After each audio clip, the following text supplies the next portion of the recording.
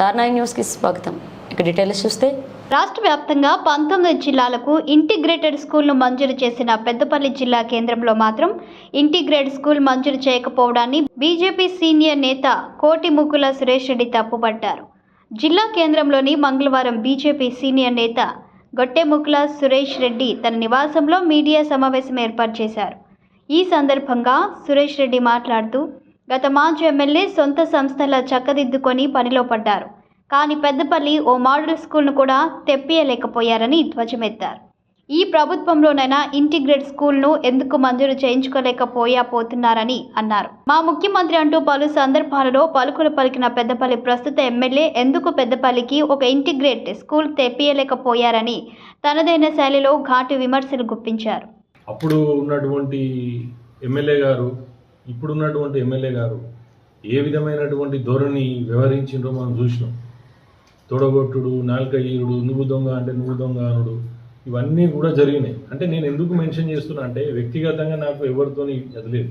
నేను కేవలం Peddapalli assembly constituency దృష్టిలో పెట్టుకుని ఈ విషయాలు మాట్లాడుతున్నాను.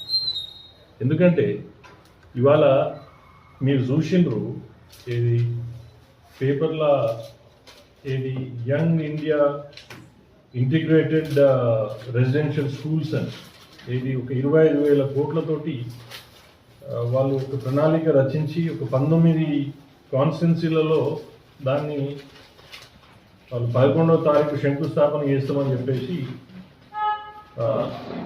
సమీకృత గురుకులాలకు శంకుస్థాపన. ఇక్కడ ఇందులో చూస్తే మీరు పక్కకు చూస్తే 19 కాన్స్టిట్యున్సీలు ఉన్నాయి. ఇలా 19 ఉన్నాయి, కానీ పెద్దపల్లి లేదు. మంత్రి ఉన్నది అంటే నేను ఇవ్వడంలో తప్పట్లేదు. ఎందుకంటున్నా అంటే ఇప్పుడు మొన్నటిదానికి ఎలక్షన్ల ముందు బీఆర్ఎస్ ఎమ్మెల్యే ఉన్నటువంటి మనోహర్ రెడ్డి గారిని, తర్వాత ఇప్పుడు ఎమ్మెల్యే ఉన్నటువంటి విజయరామారావు గారు ఏ విధంగా ప్రవర్తించారు ఎలక్షన్ల ముందు. అసలు నీ అంతు చూస్తా నేను అయినాక దుర్మార్గంగా అంటే అసలు ఒక విధమైనటువంటి వాతావరణం క్రియేట్ చేసి ఇప్పుడు ఏమైంది మరి అసలు చప్పుడే లేదు. హైడ్రా విషయంలో ఆయన ముట్టలేదు. అంటే సామాన్యులను బెదిరిస్తున్నారు, కానీ హైడ్రా విషయంలో ఆయన గురించి మాత్రం అందరికీ తెలుసు. పెద్దపల్లి కాన్స్టిట్యున్సీలో హైడ్రాకి సంబంధించి ఆయన ఏమేమి చేసింది ఆ విషయంలో లేదు. కానీ ఇప్పుడు నాకు పొద్దుగాల నిన్న చూస్తే బాగా అనిపించి అందుకే నేను ప్రెస్ మీట్ ఎందుకు పెడుతున్నా అంటే ఆయన ఉన్నప్పుడు ఆయన విద్యా వ్యవస్థలు ఉన్నాయి కాబట్టి, ఆయనకు సంస్థలు ఉన్నాయి కాబట్టి ఆయన స్కూళ్ళను రానియారు. ఇప్పుడు మీరు చూసిందా గురుకుల పాఠశాలలు ఉన్నాయా? ఎక్కడైనా హెడ్ క్వార్టర్ చుట్టుపక్కల బడుగు స్కూల్ ఉన్నాయా? ఇవి కూడా రానియలేదు. ఇప్పుడు కూడా మరి ఈ పెద్ద మనిషి వచ్చినాక మరి ఎందుకు దీని గురించి చేస్తుండ్రు? ముఖ్యమంత్రి అయితే దగ్గరే కదా ఆయన.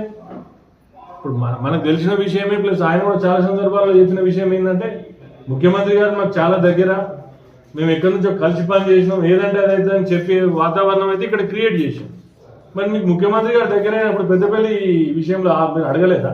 మీరు చేసిన కృషి ఏంది అంటే పెద్దపల్లి అభివృద్ధి అవసరం లేదు, ఓట్లు వేయించుకోవాలి, తర్వాత మళ్ళీ ఓట్ల వరకు ఏదో ముచ్చట చెప్పుకుంటే దీన్ని గడపాలి అంతే. పెద్దపల్లి అభివృద్ధి అవసరం లేదు, విద్యా వ్యవస్థ అవసరం లేదు, మీకు వైద్య వ్యవస్థ అవసరం లేదు, ఏది అవసరం లేదు.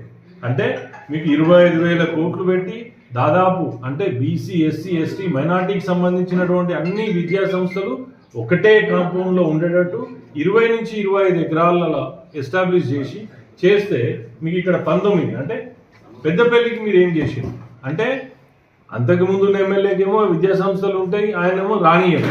మరి ఇప్పుడు మీరేం చేస్తున్నారు అంటే దీని అర్థం ఏంటిది? మీరిద్దరు ఏమైనా కాంప్రమైజ్ అయ్యారా? ఆయనకి ఏమైనా హెల్ప్ చేస్తున్నారా? టీఆర్ఎస్, బీఆర్ఎస్ తర్వాత కాంగ్రెస్ ఏమైనా కలిసి ఇట్లా ఏమైనా చేసే ఇది క్లియర్గా ఇండికేషనే కదా. ఇప్పుడు నేను అనేది ఏంటంటే మీరు ఎందుకు ఈ విధంగా అలసత్వం వహిస్తున్నారు? మీరు చేసిన మీ ఎఫర్ట్స్ ఏంటి? ఎందుకు రాణిస్తలేరు?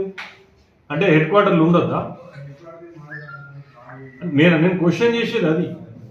అరే మీకు ముఖ్యమంత్రి గారు అంత దగ్గర మీరు కలిసి పని చేస్తారు, మీరు ఏదో జేబులో పెట్టుకున్నట్టే మాట్లాడతారు ఆయనను. మరి ఎందుకు వస్తలేదు పెద్దపల్లికి? ఆయన ఉన్నప్పుడు రానియలేదు, అంతకుముందు ఉన్న ఎమ్మెల్యే రానియలేదు, ఇప్పుడు మీరెందుకు అది చేస్తారు? అంటే మీరు ఆయనకైనా వత్తాసు పలుకుతురా? ఆయనకు మీకు ఏమైనా ఒప్పందం కుదిరిందా? ఏమన్నట్టు ఇది? పెద్దపల్లి అంత పనికి రాకుంటున్నదా? పెద్దపల్లికి అభివృద్ధి కావద్దా? విద్యా వ్యవస్థలో అభివృద్ధి కాదు, వైద్యంలో అభివృద్ధి కాదు, అన్ని అడ్డుపోతుంటే మరి ఇక్కడే ఉన్న జిల్లా హెడ్ క్వార్టర్లు ఉండొద్దా? Assembly head quarter, parliament head quarter ఇవన్నీ ఉండొద్దా? దాని గురించే కొంచెం ఆవేదన చెంది నేను ఎందుకు చేస్తలేరు మీరు? అవసరం లేదా? పెద్దపల్లికి మంచి వ్యవస్థ అవసరం లేదా? విద్యా వ్యవస్థ అవసరం లేదా? అందుకే దయచేసి మేము కోరేది ఏంటంటే, ఇప్పుడు కూడా మీకు 19 అన్నారు, ఇంకా కూడా ఉన్నాయంటున్నారు, మరి అందులోనైనా చేసి చెప్పాలి.